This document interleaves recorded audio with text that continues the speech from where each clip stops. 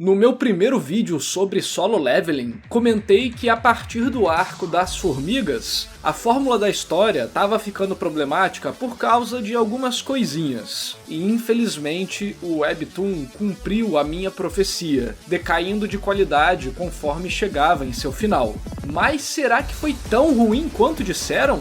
O que foi bem feito e o que podia melhorar? Eu sou o narrador e hoje vamos conversar sobre o fim de Solo Leveling, tanto da perspectiva de um fã quanto da perspectiva técnica. Antes de começarmos o assunto em si, é importante entender alguns pontos de apelo que a obra possuía. No início, temos dois pontos bem óbvios: o mistério do sistema e o Sujin-Woo ser subestimado por todos. Esses elementos tornam a obra bem gostosa de se acompanhar, visto que se relacionam bem com outros pontos da trama, como os portais, caçadores, guildas e outras personalidades e mistérios que têm envolvimento na história.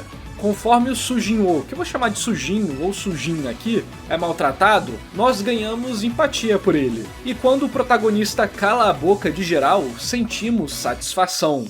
E tudo isso acontece enquanto ele descobre as opções do sistema e como utilizá-las, superando desafios e vendo até onde vai o limite de tudo isso. Fora que durante todos esses momentos, outros personagens visualmente irados com poderes bem desenhados aparecem. Temos a promessa de caçadores incríveis, vemos lutas desafiadoras para os secundários, os visuais são legais e por aí vai. Durante o desenvolvimento da trama, também vemos o protagonista ficar mais frio e distante, abrindo a possibilidade dele estar perdendo algo dentro de si, e temos até um momento ou outro que dá a entender algo nesse estilo. Além dos monstros aparentemente estarem sendo controlados ou forçados a lutar com os humanos, o que abriu a possibilidade de haver algum tipo de sistema para eles, direcionando a trama para um mistério maior ainda. Mas conforme os capítulos foram publicados, os mistérios foram revelados. Essas revelações em si não eram conceitualmente ruins, mas a maneira que foram aplicadas deixou a desejar. O sistema era algo feito para que o Sujin recebesse o Monarca das Sombras, e a explicação foi legal, mas foi tudo muito corrido. Os monarcas não foram aproveitados, seu conflito eterno com os governantes foi apresentado de maneira rápida e sem profundidade. Não houve um peso ou sensação de conquista ao liberar novos poderes. E muito disso foi culpa de como a personalidade do protagonista se desenvolveu. No início, também não era nada demais, era o seu clássico protagonista fraco, mais dedicado. Só que ele, pelo menos, apresentava situações empáticas, e nos obrigava a ver soluções criativas. Porém, ele foi ficando cada vez mais Ed e fodão, o que não é um problema em si, mas sua personalidade foi ficando cada vez menos interessante e mais rasa. Ele parou de apresentar emoções, de se preocupar, de se esforçar. Pra ser justo, houve um momento onde o desenvolvimento dos poderes ao estilo videogame conseguiam segurar bem a trama. As soluções eram criativas, os desdobramentos interessantes e alguns mistérios pipocavam. Só que tudo foi começando a ser resolvido da maneira mais fácil e direta possível, além dele nunca nem mudar a sua própria expressão facial. Caso isso fosse consequência de algo, como por exemplo a personalidade do monarca sobrepor a dele, e tivéssemos algum tipo de conflito, ele percebendo que está se perdendo, que o poder está o transformando em algo não humano e tudo mais, teríamos pelo menos uma sensação de consequência de seus poderes. Mas isso não acontece. Sua perda de personalidade é simplesmente porque ele ficou fodão demais. Claro que não precisa ser algo profundo ou muito bem trabalhado, mas pelo menos o mínimo de humanidade seria bem-vindo, e não apenas uma caricatura de personagem fodão genérico. Já o mistério da magia no mundo humano... Novamente, o conceito foi legal. Portais se abrem porque os governantes querem acostumar humanos a mana, e isso acabou explicando porque o Elfo Azul não podia se comunicar com humanos e queria os matar, já que os Rulers meio que controlavam eles nesse sentido, para que sempre houvesse conflito. Não vou entrar aqui no mérito da estratégia ser boa ou não, mas acabou tirando pontos da trama que poderiam ser melhor explorados. Poderíamos ter tido uma outra perspectiva desse mistério, com o próprio Sujin investigando. Assim, entenderíamos gradativamente as implicações de todas as camadas por baixo dos portais e do conflito dos monarcas e governantes. Ao invés disso, infelizmente, temos um grande diálogo expositivo onde o monarca explica tudo pro protagonista. Tipo, tudo bem, nesse ponto da história nós já queremos saber dessas coisas, então não é ruim em si, mas é uma saída muito menos elegante do que criar tramas que nos dessem revelações interessantes. E menos elegante que isso seria você sair desse vídeo sem dar o like e inscrição, então já mete o joinha e se inscreve no canal para não perder nenhuma análise de animes e mangás feitas de maneira técnica que você só encontra aqui. Toda quarta-feira tem vídeo novo, então não dá bobeira. Eu entendo a decisão do monarca de escolher o Sujin-Woo, mas isso deveria ser um grande ponto na história, digno das revelações mais épicas, fazendo escala com a proporção que é aquela situação, mas tudo é muito abrupto, não dando tempo para o leitor sentir o impacto e consequências da cena. E claro que a ausência de medo, dúvida e segurança do protagonista não auxilia em nos fazer entender melhor a situação. Os 7 humanos com fragmentos de luz também foram pouco explorados. O Thomas André, ou André, sei lá, simplesmente foi humilhado pelo protagonista sem apresentar nenhum tipo de desafio, sendo que ele era o personagem mais hypado da obra toda. Infelizmente, todas suas aparições deixaram muito a desejar, visto que por mais que fosse o mais poderoso depois do protagonista, a diferença foi tão grande, mas tão grande, que ele era tipo só mais um Hunter aleatório. O Sujinho não fez nem cara de cansado ao lutar contra ele, o que foi bem decepcionante do ponto de vista narrativo. A tensão da história simplesmente não conseguiu acompanhar o nível de força do protagonista, e assim não conseguiu utilizar nenhum ciclo de tentativa e falha, o que atrapalhava os dois fatores mais importantes de uma luta: o diálogo moral e filosófico entre os adversários, representados na luta em si, e o peso, história e consequências de terem chegado até ali, de alguém vencer ou perder. Como falei, até Jeju foi de boa. Tínhamos outros pilares que sustentavam o interesse e atenção, mas o tempo desses pilares acaba e não temos substitutos à altura. Por isso tudo começou a se tornar repetitivo demais, com uma junção de baixa tensão, ausência de diálogo moral durante as lutas e falta de peso dramático nos conflitos. Acabou que durante a história, tudo serviu de degrau pro Sujinho mostrar como era forte, inclusive o vilão final. Mas antes de falar do vilão final, vamos falar dos demais personagens. Temos vários com visuais legais, personalidades e relacionamentos interessantes. Só que conforme a história avança, eles vão se tornando mais e mais irrelevantes pra trama, e a presença deles começa a ser quase que uma piada de mau gosto. Além do que eu já falei sobre o Thomas, que meio que se aplica aos outros nacionais também, não vemos situações interessantes com as demais guildas, suas dificuldades e nem atos heróicos no arco final. Vários personagens que nos acompanharam e que geraram algum vínculo com o leitor não tem nenhum momento para brilhar, inclusive o interesse amoroso do Sujin-Woo. Tudo começa a desandar a partir da Ilha das Formigas, onde o batalhão do Japão é dizimado. O Goto Ryuji, Hunter mais forte do Japão, que teve um X1 interessante com o protagonista, mesmo perdendo, e que também foi hypado, tinha um visual irado, desde o sobretudo até a espada, o clima de ser um Rank S de outro país, o envolvimento com a traição do Japão, era um pacote bem legal. Só que ele é derrotado em um golpe pela Formiga Rei, assim como o resto dos japoneses, para logo depois o Sujinho derrotar a Formiga sem muitos problemas. Literalmente, ele foi um degrau. Literalmente. Claro que a história não tem obrigação de se aprofundar em pontos que não são seu foco, mas houve um trabalho de expectativa, tensão e preparação, que foi descartado rapidamente para servir apenas como uma régua do quão poderoso o inimigo era, jogando fora toda a parte de world building e trama de uma só vez. Algo parecido ocorre na invasão final, e vou comentar isso mais pra frente. Lembro que nos comentários do meu primeiro vídeo de Solo Leveling me falaram: fica tranquilo que depois que os monarcas aparecerem, teremos desafios de novo e vai ficar legal. E eu tava esperançoso, realmente pareciam ser inimigos incríveis. Bem, eles apareceram, e adivinham o que aconteceu? Foram completamente esmagados pelo Sujin sem nenhuma dificuldade. Não só um, mas 3 ao mesmo tempo. Lembra da escada? Então, novamente acontece a mesma coisa. O Baek e o Choi, dois Rank S's da Coreia, que eram personagens secundários recorrentes e bacanas, simplesmente se mijam de medo e não conseguem apresentar nenhuma resistência. Serviram apenas como régua para a fodacidade do Sujin-Woo novamente. E cara, você até pode gostar disso, falar, é Power Fantasy mesmo, quero o protagonista ultra mega fodão humilhando geral.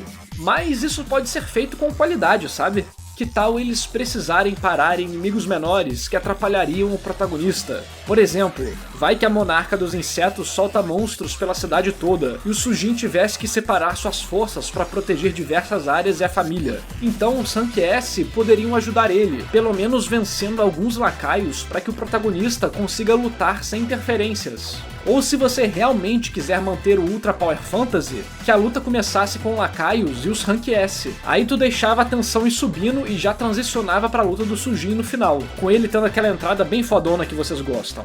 Enfim, tem várias maneiras de abordar melhor a situação, e o modo que foi executado foi deixando a história cada vez mais previsível e cansativa. Inclusive a Monarca dos Insetos é uma vilã visualmente bem legal, que não ficou em cena nem 10 segundos direito. Só que eu faria melhor? Não sei, provavelmente não. Criticar algo já feito é muito fácil, mas o processo de criar, ainda mais sem parar, é absurdamente difícil. Autores se cansam, saturam, ficam sem criatividade, têm problemas, enfim. O trabalho artístico é influenciado por tudo. Se eu sinto isso com o YouTube, imagina pra quem é um quadrinista de sucesso mundial. Então, tenho plena consciência disso e admiro a resiliência deles nesse mercado voraz. Porém, estamos aqui para entender os erros, por que são erros, alguns caminhos diferentes que poderiam ser tomados e, sinceramente, reclamando como um fã, porque eu realmente gostei da obra, de como ela preparou os acontecimentos iniciais, o sistema, Hunters, a arte, enfim. Outro elemento importante que foi mal apresentado foi o pai do protagonista. Novamente, tivemos a mesma estrutura dos fodões de Solo Leveling. Ele é super hypado, vemos o cara surrando todo mundo, mas acaba tendo um desenvolvimento pífio e sendo descartado. O mistério dele e de sua volta é explicado em um quadro e então jogado fora. Sua morte não tem impacto nenhum, nem nenhum drama. Por que isso acontece? Eu te explico. Passamos pouco tempo com o personagem, não tivemos âncoras de empatia, não vimos sua personalidade, nem suas dificuldades. Suas ações podem ter até impactado a história, mas não carregam a emoção para o leitor sentir o peso de tudo isso. Talvez o mais irônico seja a reação do nosso protagonista. Ele simplesmente derrama uma lágrima, sem demonstrar o mínimo de tristeza. Aqui foi o último momento que eu achei que a sua perda de emoções pudesse ser abordada, mas isso não foi relevante nem no último minuto. Tiveram alguns pontos bacanas a ida pro final da história. Como falei, o monarca enganando a galera dos portais no Canadá foi legal, abrindo espaço para atitudes inteligentes. O portal com o Exército das Sombras original também foi uma surpresa positiva, pelo menos naquele momento, mas em retrospecto, talvez tenha dado muita força pro protagonista.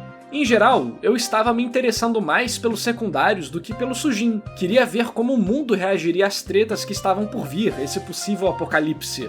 Até porque tivemos uma pitadinha disso. Vimos um pouco os países se organizando, o Sujin-Woo indo com o Hunter da China, as guildas coreanas se preparando. Sinceramente, os acontecimentos foram legais e caminhavam para uma direção interessante. Mas qual o resultado narrativo de tudo isso? Bem, todos os Hunters poderosos do ocidente são eliminados. Tá, mas e daí? Nunca vimos eles em ação, não tivemos contato nem empatia, não rolou nenhuma ação heróica, um sacrifício. Novamente, foi tudo distante demais.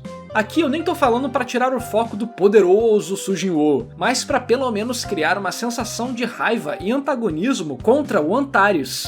A invasão dele também destrói todo o Canadá, mas e daí? Não tem impacto nenhum pro leitor, é um drama vazio, um perigo artificial. Eu podia explicar com detalhes os motivos disso, mas acho que com o que comentei nesse vídeo já dá pra ter uma noção. Só aplicar os mesmos conceitos aqui, ausência de técnica de empatia, tempo de tela, peso emocional que é usado como abstração para um acontecimento, etc.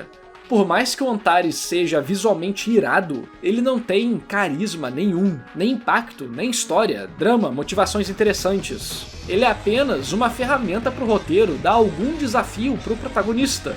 Novamente, temos a ironia de que ele também não apresenta nenhum desafio pro protagonista.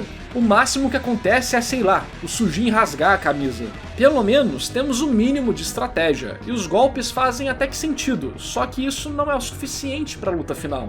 Não há um ciclo de tentativa e falha, a tensão não varia de modo interessante, a batalha não representa nenhum conflito moral ou ideológico, o caminho até essa batalha para ambos os personagens não significa muita coisa, e o resultado dela é muito apocalíptico para dar errado. Mas como descobrimos depois, que o mundo já foi destruído várias vezes, seria uma alternativa muito legal o Sujin perder na última batalha, para então ter que dar um jeito de vencer e aí voltar no tempo. Imagina a quebra de expectativa que seria. Infelizmente, não é o que acontece. Os novos monarcas apresentados são mortos fora de tela. Não vemos nem seus poderes ou como os Hunters lutaram. Mas, cara, da maneira que falaram na internet, eu achei que o final tinha sido um crime contra a humanidade. Então eu esperava algo bem pior. Mas, narrador, você acabou de destruir a obra. Cara, ok, talvez. Mas eu só falei tudo isso para deixar claro o potencial perdido. A leitura em si não foi abismal, foi só sem sal, com o mínimo de interesse possível. Não foi horrível. O ritmo tava ok, e pelo menos os mistérios iam sendo desvendados, mesmo que de maneira desanimadora. Da forma que falaram, comecei a teorizar que não haveria senso de consequência nenhum no final. E ok, de fato não teve muito, mas imaginei algo bem pior. Até que gostei de algumas partes da solução, pra falar a verdade. Beleza que é chato esse negócio de nada aconteceu e ninguém se lembra, mas pelo menos, como alguns seres têm a memória, temos algum valor nos acontecimentos passados. O que me deixa triste é que se tudo seria revertido, nós poderíamos ter tido muito mais mortes significativas e impactantes no caminho. Imagina a montanha-russa emocional que poderíamos ter tido nessa história inteira. Talvez fosse polêmico voltar no tempo e essas mortes nunca terem acontecido, mas com certeza teríamos acontecimentos emocionantes no caminho. Enfim, o que ficou bem rushado pra mim foi o segundo embate do Antares e do Sun, porque nada dele é mostrado, simplesmente sabemos que o protagonista venceu. Aqui, novamente, tínhamos muito potencial, e se o monarca tivesse desenvolvido uma estratégia a partir da luta anterior deles? E se ele contasse isso para os outros monarcas? Se atacassem juntos, visto que estavam no espaço entre dimensões e não na Terra? Isso poderia até ter criado a sensação de rivalidade que o Ashborn e o Antares deveriam ter. Só que alguma coisa aconteceu com o autor. Eu duvido que ele não soubesse de tudo isso que eu tô falando. Afinal, o início e o meio da história foram muito bons e tinham esse clima. Fico muito triste com tudo isso. No finzinho, temos até algumas consequências legais do Sujin abandonando a família por 2 anos, querendo viver uma vida normal, mas não podendo. Só que, infelizmente, nada é aprofundado. O momento para vermos nosso protagonista de volta em seu antigo corpo e antiga vida era um momento para vermos ele finalmente jogar a casca fora e aproveitar o que ele nunca deveria ter perdido. Todos esses problemas que eu comentei eram remediáveis, de maneira até simples, mas exigiriam muitos capítulos extras, e parece que esse não era o foco. Solo Leveling foi uma experiência com ritmo muito legal no início e no meio, tendo mistérios, ação e um mundo familiar mais interessante. Os arcos finais acabaram se tornando a parte fraca da série, sem os pontos que a consagraram como um sucesso. Esse vídeo foi quase que um desabafo meu. Tentei dar umas pitadas de explicação narrativa, mas eu acho que em geral as pessoas perceberam como foi decepcionante. Sinceramente, não achei que foi mal escrito, só foi muito sem sal. Eu tinha uma expectativa muito grande pra série, que foi diminuindo conforme eu lia, mas acho que esse final simplesmente foi desanimador. Não fez jus a nenhum ponto relevante e interessante que a série nos trouxe e nos fez aproveitar durante a jornada. E aí, o que você achou do fim? Já leu a novel? É igual? Me diga aí nos comentários. Quero saber a opinião de vocês sobre Solo Leveling. Será que a gente ganha um anime? Eu acho que sim. Curta e compartilhe o vídeo para eu saber que vocês querem mais temas assim, e se inscreva no canal para não perder nenhuma análise técnica de animes e mangás. Apoie meu trabalho a partir de míseros R$5 no PicPay, no Apoia-se ou no clube de membros do YouTube. Todos os links estão na descrição. E esse vídeo só foi possível graças às lendas do canal, André Luiz Melo, Gabriel Botarelli e Overhaul Engenharia de Manutenção. Aos heróis Aleph Bellis, Bruno Alencar, Cindy Avelino, Gabriel Lourenço de Souza, Guilherme Santos da Silva, Gustavo Dias, Leonardo de Brito Correia, Masashi Anagawa, Virgílio Missão e a todos que apoiam o meu trabalho. Obrigado por assistir e até o próximo vídeo.